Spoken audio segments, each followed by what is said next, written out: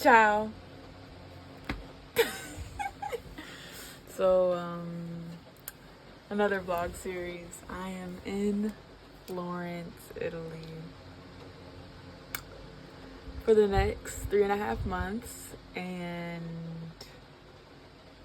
it's weird to be out here. I keep getting deja vu. Everything just feels not real, but I'm like 88% sure it's real. You know, as real as reality gets, because I can only perceive so much truth.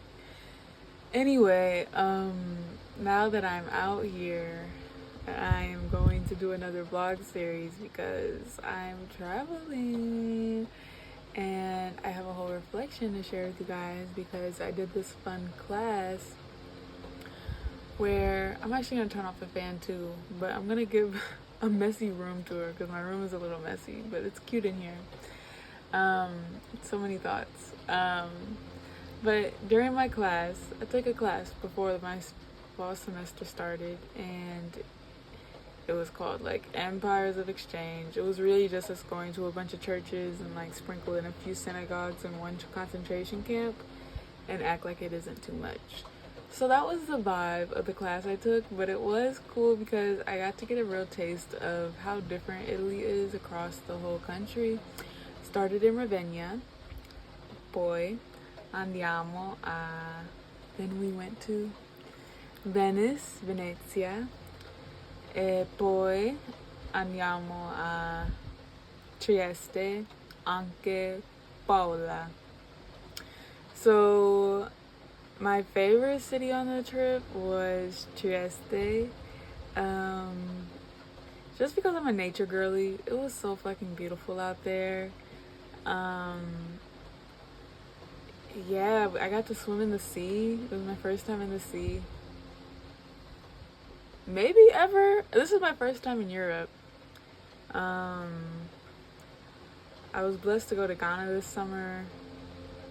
I went to Asia. That was the first continent I visited outside of the US and the Caribbean. So yeah, now that I'm in Europe, I don't think I've ever been in a sea. Unless when I was in Bali, I was in the sea, but I'm pretty sure that was just the Indian Ocean. Once again, don't really know all these terminologies. I'll have to Google it afterwards.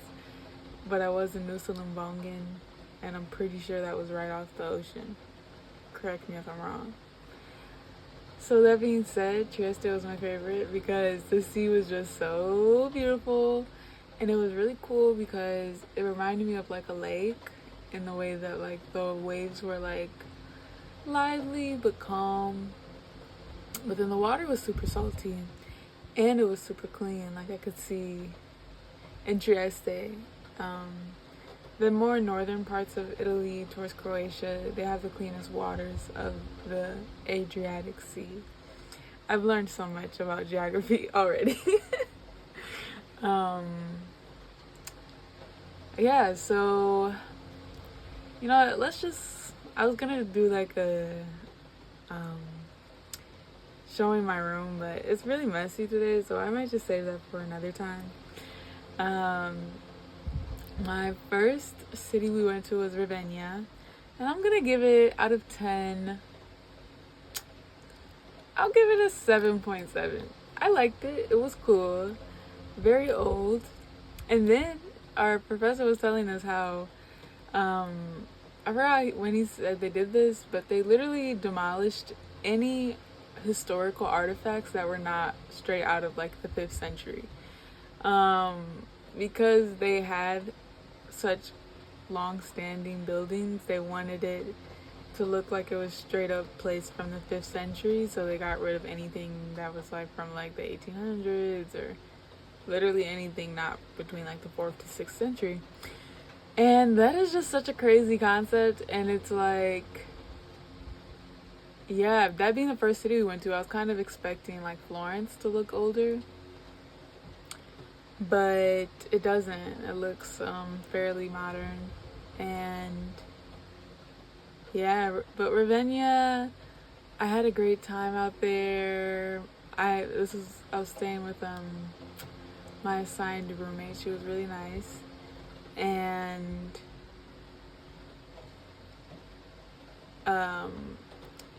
I would get dinner by myself because I can't stand eating with 20 people. It's like my biggest pet peeve. So I remember I walked to get dinner solo dolo, and then there was like a park where a bunch of niggas were just like chilling, and like some of them were trying to talk to me, but it's dark outside. It's like 10 o'clock. I'm by myself, so I'm like, I'm trying to just keep it pushing. And then this guy, two people were talking to me, but one of them just like followed me, and I'm like, ugh, at least I don't feel like unsafe. I don't know. Like, what's the thought process behind following a woman walking alone at nighttime? Why would I feel safe in this situation? But then it's like, once I respond, and then you compliment me for being smart, for speaking my Italian after only being there for like 2 days. Like, okay, now I feel really safe because I feel validated. Yeah. I low-key have a whole tripod, so I'm gonna keep explaining while I find this shit. So, I wonder if you could even see me the whole time. But, yes, Ravenna was dope. And the same guy, I asked him, I'm like, oh, do you like it here? He's like, no, I hate it. I'm like, whoa. The amount of time that I've heard people say they hate things, that's not in my vocab. I love everybody. I love everything. I think life is such a blessing. So whenever I be hearing people say that they hate stuff, I'm just like, oh, somebody's a cranky crabby. But it also gave really racist out there. So I think that's what he was alluding to. But he never really said anything when I was like, oh, why? So I'll just never know, and I'm probably not ever gonna go back there. There's nothing that's particularly drawing me to there. So yeah, that was Ravenna. We really just saw some old ass shit out there. Like, there's really not much to say. And then they had like their specialty food out there was like, damn, where my shit at? This sucks. I don't know where that is, so I'm just gonna pop a squat here.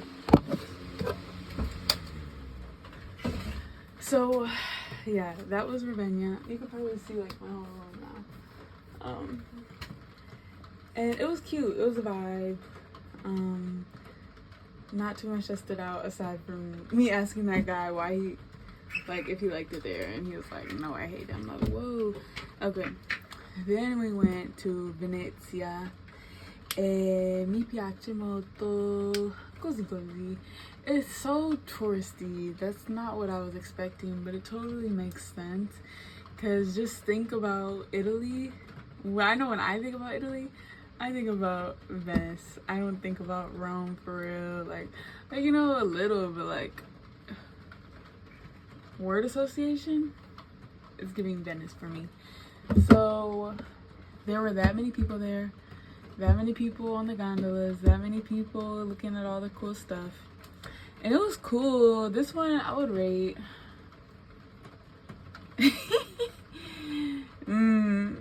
Damn. I low-key be giving like my scales like the schooling grade. Oh my gosh, guys, I have so many bug bites. It's pissing me off and freaking me out. Ooh. Okay. Devil is alive.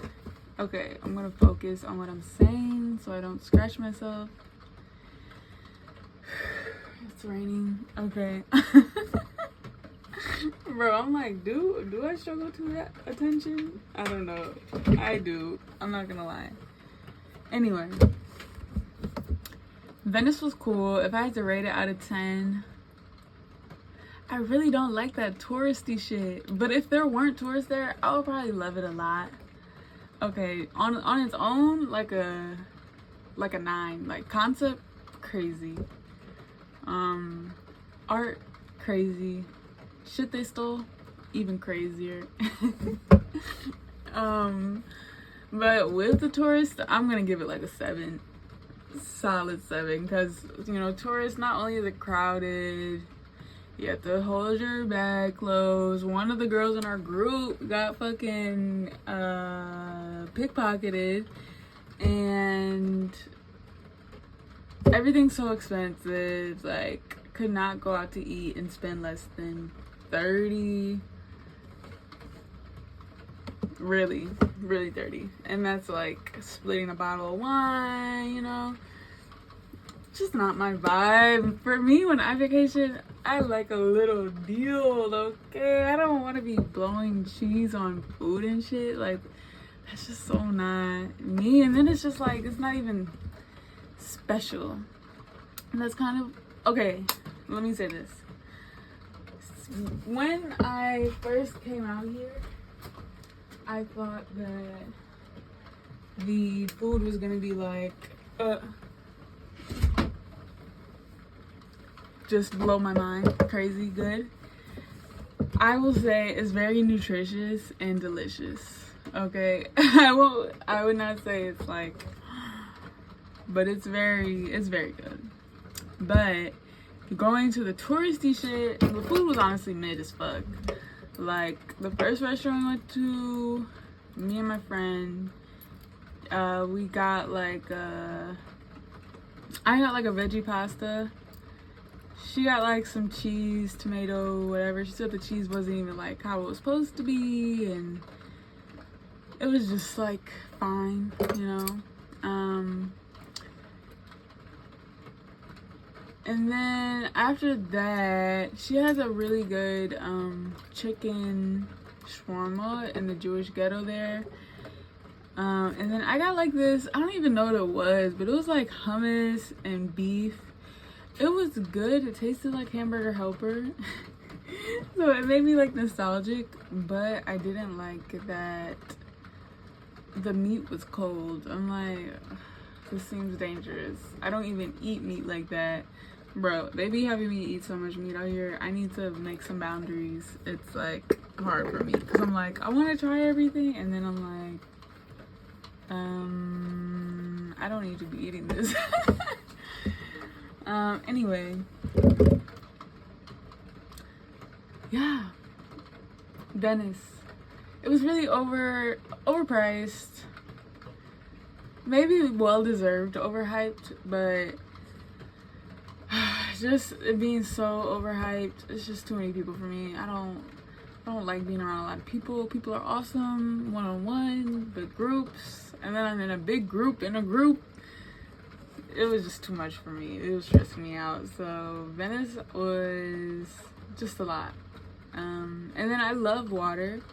I had a really romantic moment where I sat next to the water and I read and I journaled at midnight and felt like really safe. Met a cool girl who sold us like some hash for $5. It was mid, but we're not gonna talk about it. It was really a spliff, if you know what I mean. Like, really just tobacco. We're kind of funny for doing that, like, first day in Venice.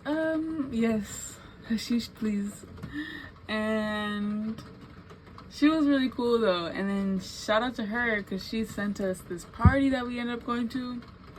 And then I was in that same spot and I ran into these two beautiful Ethiopian women. And I'm like, y'all are so beautiful and cool. Can I sit with y'all while I wait for my food? And they're like, yeah. And then we're chopping it up. And they got some good ass vibes. And then I'm like, I'm going to this party with my homegirl that this girl that works here invited me to.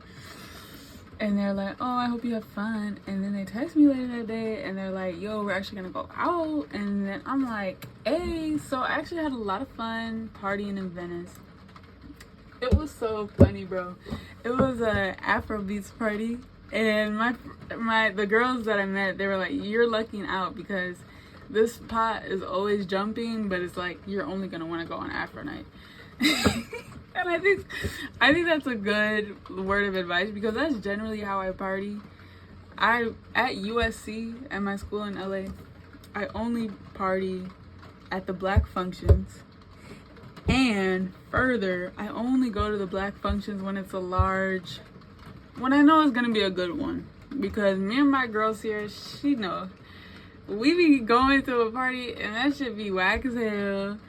And, you know, we turn it up, but it's like, you know, being the only two people to turn the club up is it's a lot of labor. It's a lot of work. It's a lot of pressure. So like at school, I really only go to parties like Halloween, game days that are big and they win, stuff like that. Like, very intentional with it, okay? Very mindful. Don't play with it. So it's just reminding me that I need to bring this intention here. I can't just be going out willy-nilly acting like it's always gonna be peach and creamy, especially out here where there's so much anti-blackness that is just straight up unquestioned. For my well-being, now I'm planning on sticking to Afro Night. And I'll talk about this later because I don't want to make this too fucking long. But actually, I'll just talk about it now because I don't really want to get into my time here too much.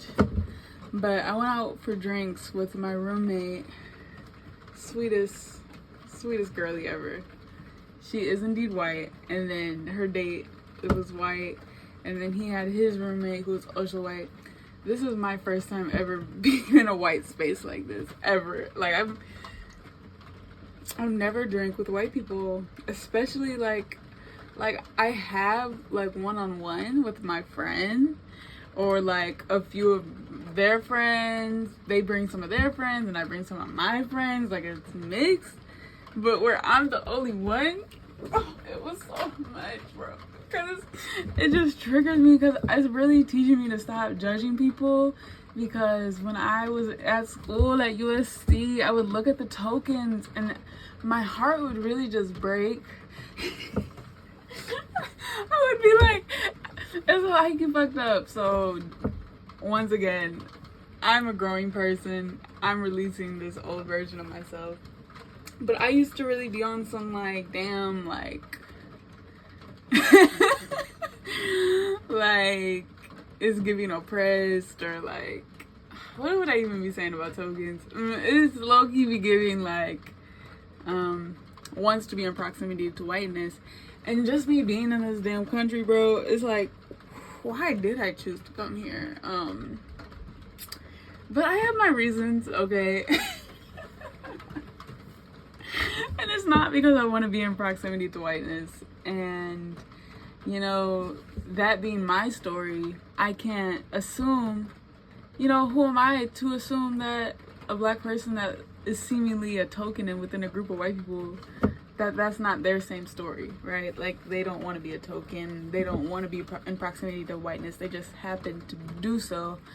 Or their other dreams align with this just happening right now. It's not like once you're a token, you will always forever be a token.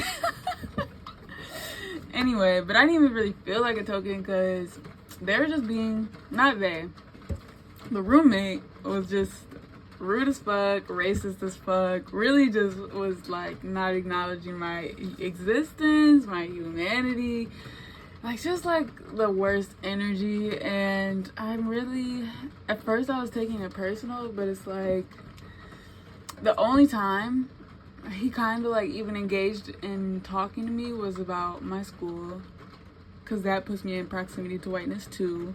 So whenever people be like, oh, you go to USC, I'm like, oh, football. And this nigga was talking about a lacrosse player and he was like, I hate that guy. I'm like, whoa, who the fuck are you even talking about? Like, they were just talking about an athlete and they were just talking shit. And I'm like, yeah, for this to be what you're passionate about, hating on another person that plays the same sport as you, this tells me exactly what I need to know about you, and that I don't even want to talk to you nor even communicate with you for real. So it's always a blessing in disguise, even though I did feel disrespected at the time. But in a way that just protects my energy more, because yeah, we really don't have anything to talk about. So anyway, that was my tangent about me going out in Florence. And it was a sincere reminder that I need to be intentional about when I'm going out, who I'm going out with, what kind of vibe and intention I want. And while my roommate is super cool and I love her already, like we just met, love her to death, I don't know if I'll always be able to go out with her because it can just be a lot. Or at least if we do go out, I'm gonna need more diversity, I think. So just some things for me to think about. Oh my god, my legs are itchy. Yes. So that was Venice. And then I'm like, damn, I said 7 with the touristiness. I really had a good time at the after party. Like, cause my friends that I met, they ended up linking up with me and my friend that was in my class. And felt super safe, good vibes. Like when we were walking in, some guys were trying to talk to us, and like it's just really interesting because I feel like men are generally just super forward. I think America is actually, with like the wokeness of America, we're kind of just, for better or for worse, teaching men to be fearful of talking to women, I guess, in a way. Like in America, niggas don't really try me, and like I respect it. But I also can feel like the longing at times. But the way that like out here, and same in Ghana, like I feel like men would be very persistent. It's definitely different, and I honestly, it just makes me miss Ghana a lot. Okay, I'm talking about, I'm gonna talk about race a lot because it's always on my mind. Not always, but I do think about it a lot. Because when I was in Ghana, they called me white. Now I'm here, they look at me like I'm dirty and shit. It's so fun. But I was thinking about this, and I'm like, of course, it's easy to say I'd rather be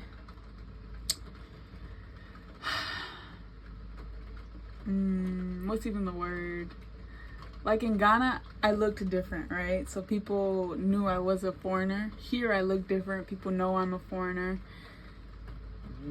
But in Ghana, I would be like, I don't know what the word I'm looking for. Exoticized is probably the word. And so it obviously has a bit of an objectifying connotation, but also a lot more positive. Here, I would say I feel othered. I would say I feel,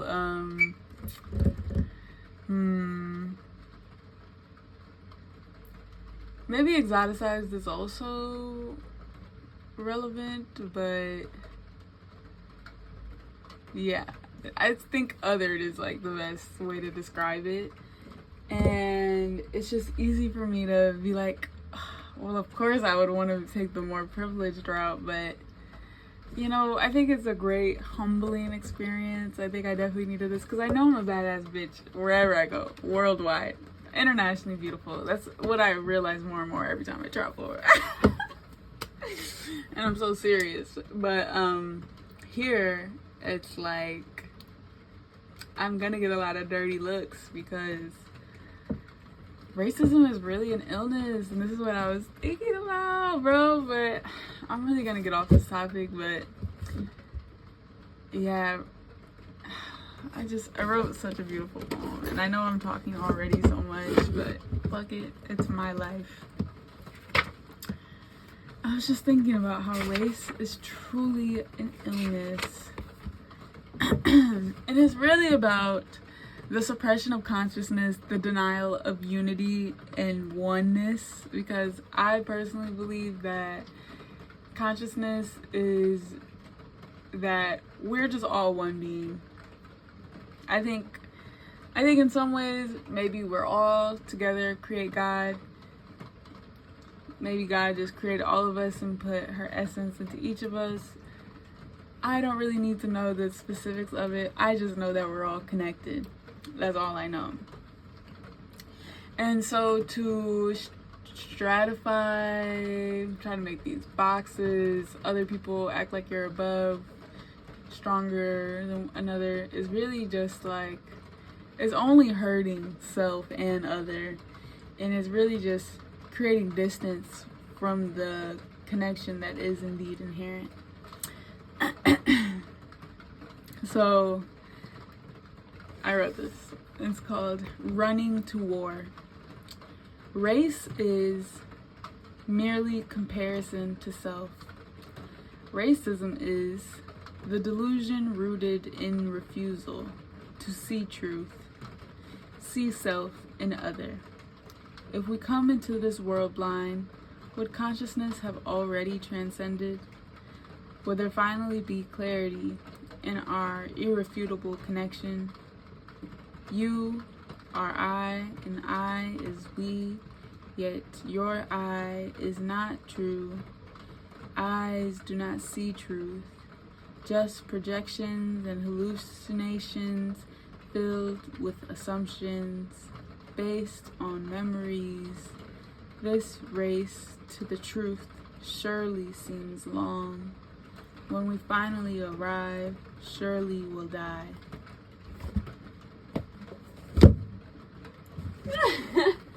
So yeah, I'm definitely on my philosophy grind, and I just feel like the unity of consciousness is going to transcend humanity, and I think it's going to make us into something so utterly different from what is currently happening, and I do feel like we're on the way to that.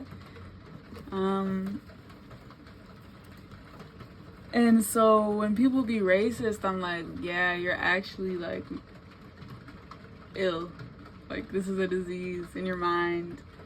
And it's just like, it's like I was saying, like how this man was just like,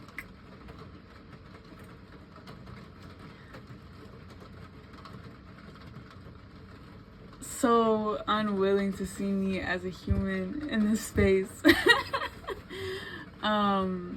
But that also just speaks more so to how he sees himself, because why are you so passionate about hatred and difference? So while I analyze all this on other people, where I feel harm is being perpetuated and projected onto me, it's definitely forcing me to ask myself, am I really doing any better? Am I really different than this? What am I doing to stop anti-blackness? What am I doing to uphold that we are all connected,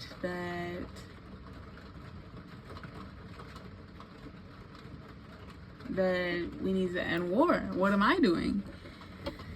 And all I can do is just hope that my voice is enough, because I'm really a communicator, and that's just really how I see myself. And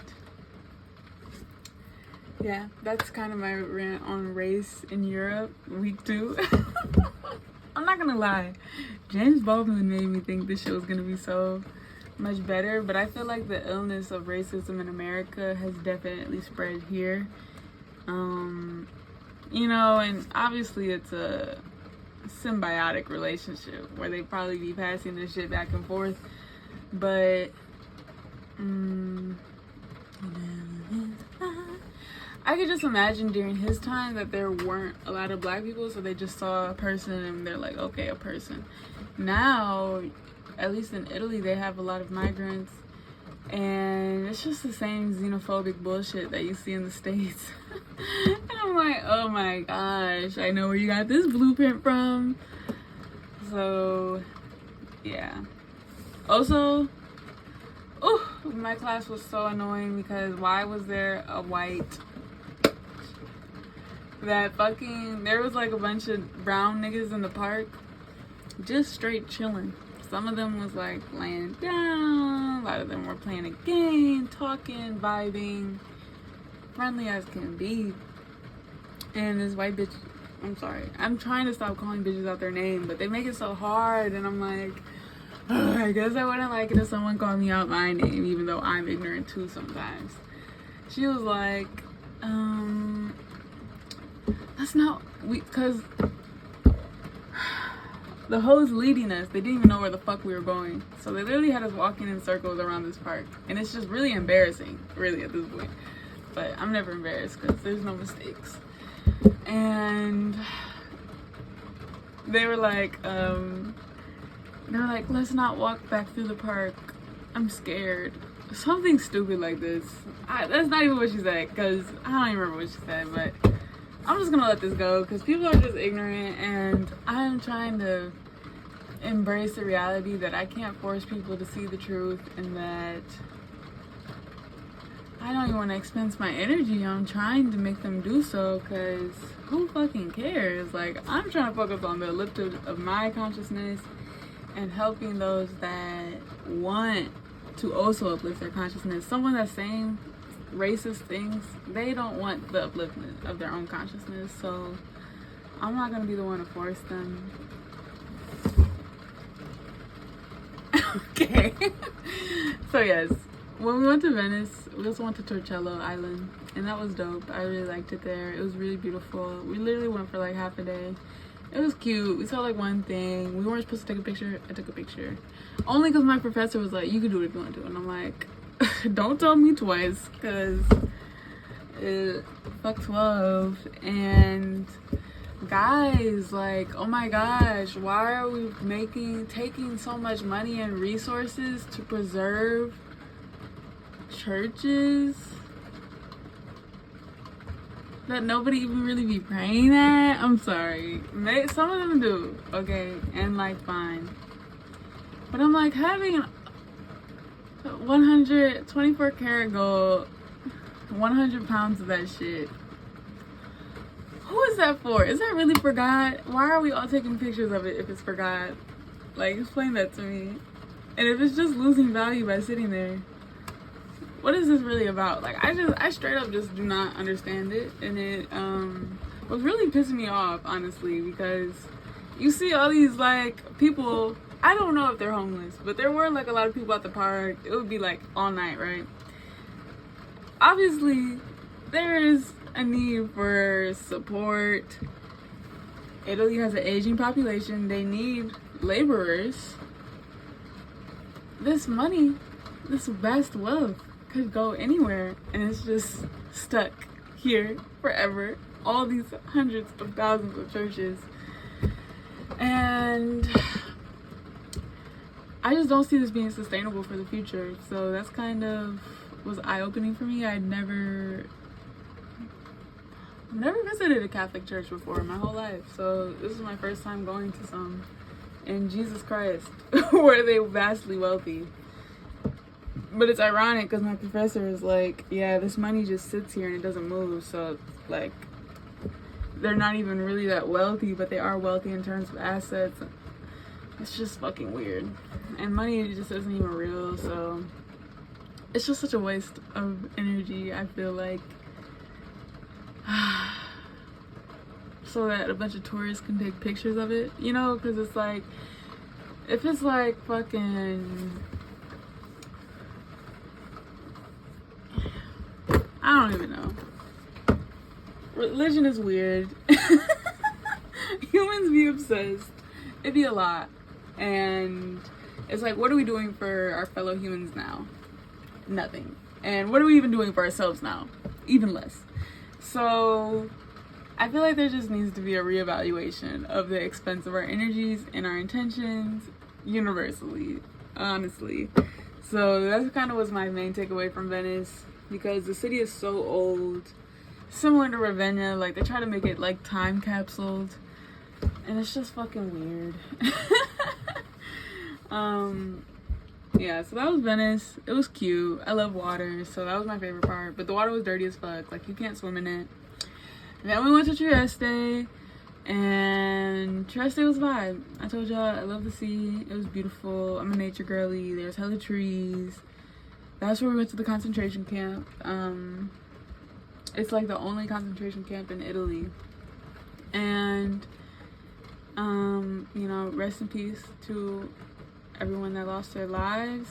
I'm actually reading this book right now called The End of All Evil, and he is currently talking about the eugenics movement and the origins of that, and how it kind of started in the late 1800s with people essentially claiming that nature versus nurture, that nature is a greater definer of like a human's abilities, and therefore we should just kill everyone that's not already born perfect and pure. And this is kind of just taking like the ideas of aristocracy, that the wealthiest people up top, the highest class, should rule, and just fucking running with it. And it's so sad because when you really think about conservation as a concept, you know, because you could think of the conservation of the earth, or you could think about the conservation of wealth, and how these two ideas just kind of like fundamentally fight each other. Like I don't know, do you think it's possible that these two concepts can coexist? I don't think so at all. And I don't even think it's really about conserving the earth. It's more so about uplifting the earth to